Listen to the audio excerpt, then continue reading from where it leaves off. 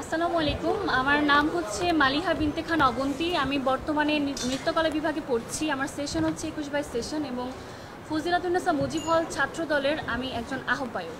আসলে ডাকসুকে তো আমরা রাজনৈতিক চর্চার আঁতুড়ঘর বলে থাকি, যেখানে গণতন্ত্রের যে চর্চাটা সেটা হয়ে থাকে, কিন্তু আজ আমার হলে যে মবের সৃষ্টি হয়েছে সেখান থেকে বোঝাই যায় গণতন্ত্র আসলে ভিন্ন দিকে মুভ করছে। ঢাকা বিশ্ববিদ্যালয় আমি ঘটনা আমার সহপাঠী বা আমার সিনিয়র আপু বলে গেল যে বিভিন্ন রকমের ঘটনা সেখানে ঘটেছে। আমি যখন হলে প্রবেশ করি আমার ছোট বোনদেরকে নিয়ে মনোনয়নপত্র উঠানোর জন্য, আসলে ডাকসু তো একটা উৎসাহের বিষয়, কেননা এত বছর পর ডাকসু অনুষ্ঠিত হচ্ছে। আমরা আমাদের সংগঠন থেকে ডাকসুর যেই কার্যপ্রণালী আছে সেগুলোকে আমরা সুন্দরভাবে অ্যাকসেপ্ট করেছি এবং সেইভাবে আমরা আগাচ্ছিলাম। তো আমি মনোনয়নপত্র উঠানোর জন্য 3:55 দিকে হলে উপস্থিত হই এবং আমার দুইজন ছোট বোন আগে হলে যায়। এরপর আমি আর ফজিলাতুন্নেসা মুজিব হলের সদস্য সচিব ইতি, আমি আরও 1 বা 2 মিনিট পর গিয়ে সেখানে উপস্থিত হই।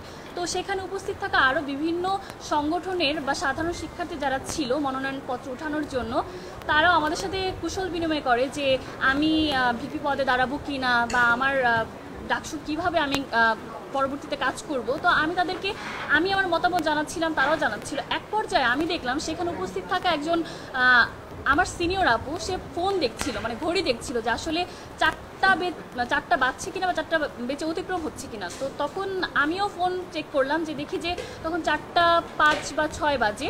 তো তখন সে হঠাৎ করেই মানে একটা সাউন্ড করে বসলো এবং বলে বসলো যে এখন 4টা বেজে গেছে, কোনো কিছু হবে না এখানে, হল প্রশাসন সকল কাজ তাদেরকে বন্ধ করতে হবে। সেখানে মিস ছিল, হাউস টিচার ছিল। তো আমি মিসকে প্রশ্ন করলাম যে আসলে বন্ধ কেন হবে।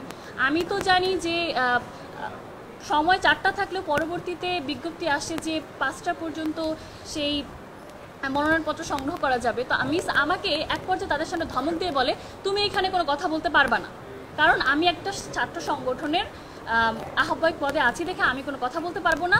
তার সেই অন্যান্য সংগঠনের যে মেয়েগুলো, মানে তারা তো রাজনৈতিকভাবে আছে কিন্তু তারা নিজেকে সাধারণ শিক্ষার্থী হিসেবে গিয়ে নিজেকে পরিচয় দিচ্ছিল, তাদের কথা সে শুনছে।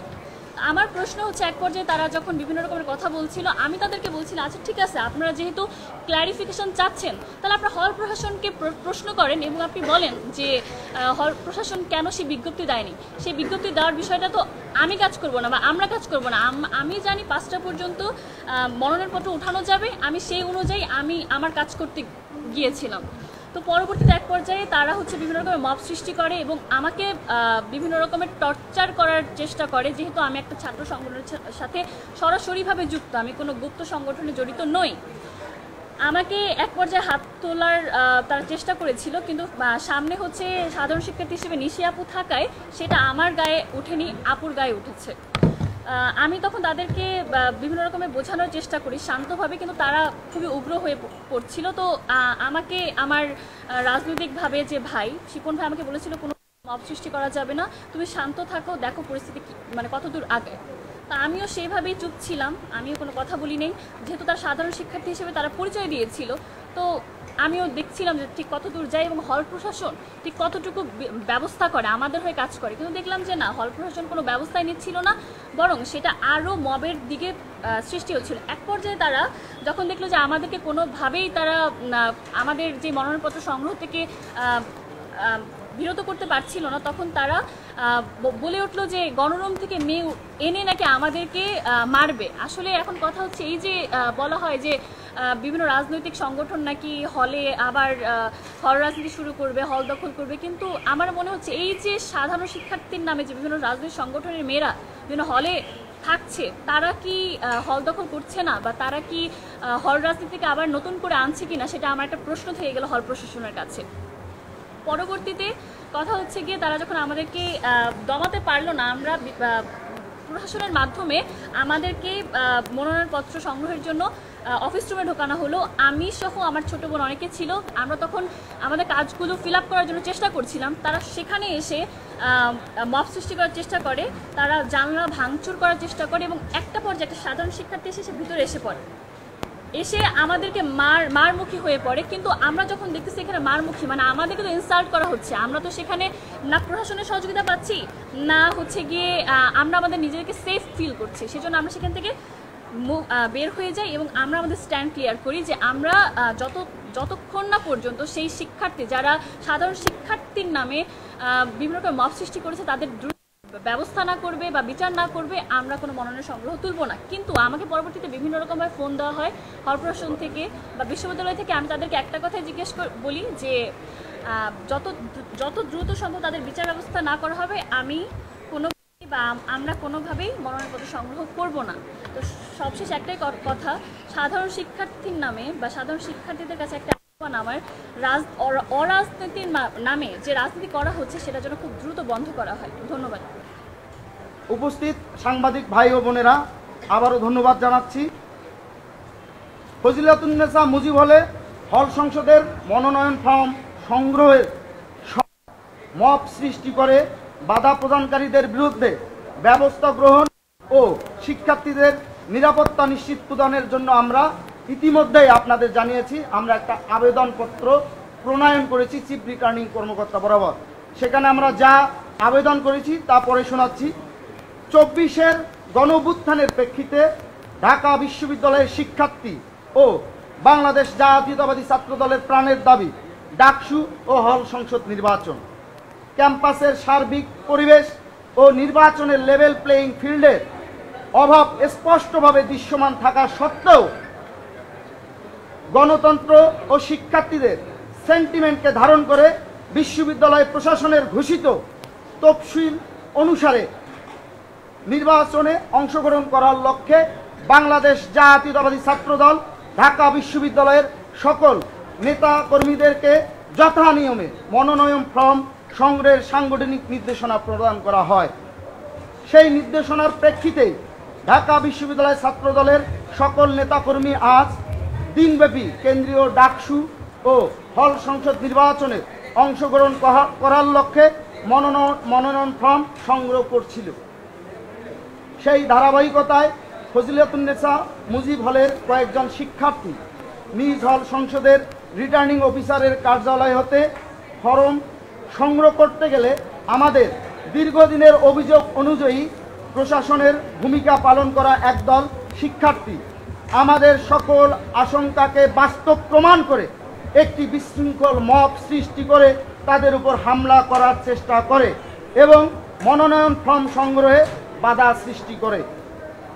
ভুক্তভোগী শিক্ষার্থীদের অনুরোধে সে সময় বিশ্ববিদ্যালয়ের উক্ত হলের নিরাপত্তার দায়িত্বে নিয়োজিত কর্মকর্তাবৃন্দ উপস্থিত হলেও তারা উদ্ভূত পরিস্থিতি নিয়ন্ত্রণ করতে সম্পূর্ণভাবে ব্যর্থ হন এবং এ সময় ভুক্তভোগী শিক্ষার্থীরা মনোনয়ন ফর্ম সংগ্রহ না নিতে পেরে হল থেকে বের হয়ে যেতে বাধ্য হন।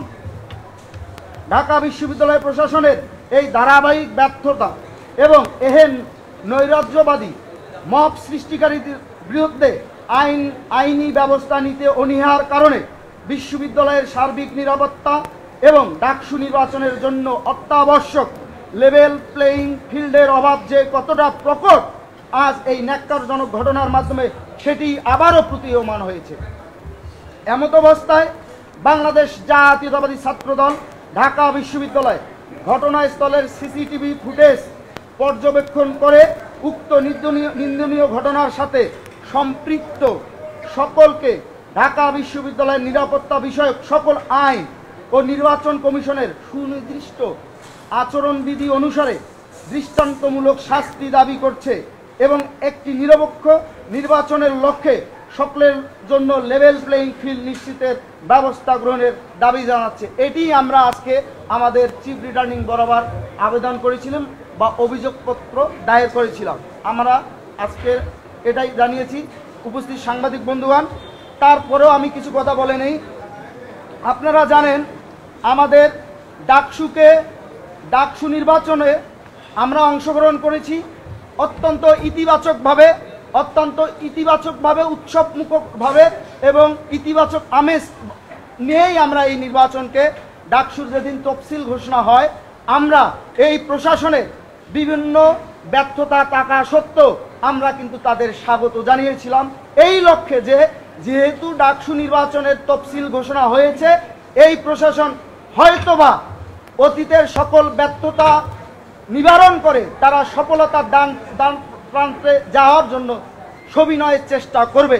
কিন্তু আপনারা জানেন ডাকসু নির্বাচনের তফসিল ঘোষণার পর আমরা ডাকসুকে অধিকতর ফলপ্রসূ করার জন্য আমরা বাংলাদেশ জাতীয়তাবাদী ছাত্রদল একই সাথে ডাকসুর তফসিল ঘোষণার পরপরেই আমরা আমাদের সাংগঠনিক গতিশীলতা বৃদ্ধি এবং ডাকসুর প্রচার প্রচারণা যাতে আমরা উদ্দীপনা নিয়ে করতে পারি, আমরা হল সমূহের কমিটি দিয়েছিলাম বাংলাদেশ জাতীয়তাবাদী ছাত্রদলের। সেই হল সমূহের কমিটিকে ঘোষণাকে কেন্দ্র করেই কিন্তু গভীর রাতে একটি মব তৈরি করা হয়েছিল। সেই মবটি আমরা বাংলাদেশ জাতীয়তাবাদী ছাত্রদল ঢাকা বিশ্ববিদ্যালয় ট্রাস্টের অবসর করত বাংলাদেশের জাতীয় রাজনীতির আতুরঘর বলায় ঢাকা বিশ্ববিদ্যালয়ের হলসমূহ, সেই হলসমূহের হল কমিটি দিয়েছি আমরা বিগত 8 তারিখ সকাল 10টায়। সেই সকাল 10টায় ঢাকা বিশ্ববিদ্যালয়ের দুটি শিক্ষার্থী গ্রুপ আছে, শিক্ষার্থী সংসদ 1, শিক্ষার্থী সংসদ 2। সেই শিক্ষার্থী সংসদ গ্রুপে সকাল থেকে উস্কানি দিতে দিতে দিতে রাত 12টার সময় সেই উস্কানি সফল করার অর্থাৎ মবকে ক্রিয়েট করে বাংলাদেশ জাতীয়তাবাদী ছাত্রদলের গতিপথকে রোধ করার জন্য চেষ্টা করেছে। যখন আমরা শিক্ষার্থী সংসদ গ্রুপে সেগুলো পরিলক্ষিত করেছিলাম, আমরা বিশ্ববিদ্যালয় প্রশাসন ঘটনার সর্বোচ্চ সহিষ্ণুতার বা ধৈর্য ধরার আমরা নির্দেশনা দিয়েছিলাম। আমি আমার এখানে সংবাদ সম্মেলন থেকে আমি বাংলাদেশ জাতীয়তাবাদী ছাত্রদলের হল সমূহের এবং বিশ্ববিদ্যালয় কমিটির সকল নেতা কর্মী এবং সমর্থকদের আমি ধন্যবাদ এবং কৃতজ্ঞতা জ্ঞাপন করছি। তারা সহিষ্ণুতা এবং ধৈর্যের পরিচয় দিয়েছে এবং গণতান্ত্রিকভাবে এই মবকে মোকাবেলা করার অভিপ্রায় ব্যক্ত করেছে এবং চেষ্টা করেছে এবং সফল হয়েছে। যাই হোক, এই মবকে কেন্দ্র করে যখন একটা উদ্দেশ্য প্রণোদিত গোষ্ঠী এই মবকে কেন্দ্র করে যখন বাংলাদেশের সর্বোচ্চ বিদ্যাপীঠের ক্যাম্পাসকে একটি বিরাজনীতিকরণের দিকে এগিয়ে নিয়ে যাচ্ছিল, তখনই বিশ্ববিদ্যালয়ের দুজন দায়িত্বশীল ব্যক্তি মাননীয় ভিসি মহোদয় জনাব নিয়াজ আহমেদ খান, মাননীয় প্রভিসি মহোদয় এবং মাননীয় প্রক্টর মহোদয় এবং মাননীয় প্রভিসি ম্যাম ওখানে উপস্থিত ছিলেন। কিন্তু উদ্ভূত পরিস্থিতি হয়তোবা মোকাবেলা করার জন্য মাননীয় ভিসি মহোদয় সেখানে কথা বলতে যান এবং কথা বলতে যাওয়ার সময় ওই উচ্ছৃঙ্খল শিক্ষার্থীদের একটি অংশ মাননীয় ভিসি মহোদয়ের সাথে অত্যন্ত উচ্ছৃঙ্খলতার সহিত উচ্চ বাক্যে কথা বলেছে, সেটারও আমরা নিন্দা জানাচ্ছি। আমরা এই বিশ্ববিদ্যালয় প্রশাসনকে এখন পর্যন্ত মনে প্রাণে ধারণ করতে চাই, তাদেরকে একটি ক্যাম্পাস শিক্ষার্থী বান্ধব ক্যাম্পাস নির্মাণের জন্য সর্বোচ্চ সহযোগিতা করতে চাই।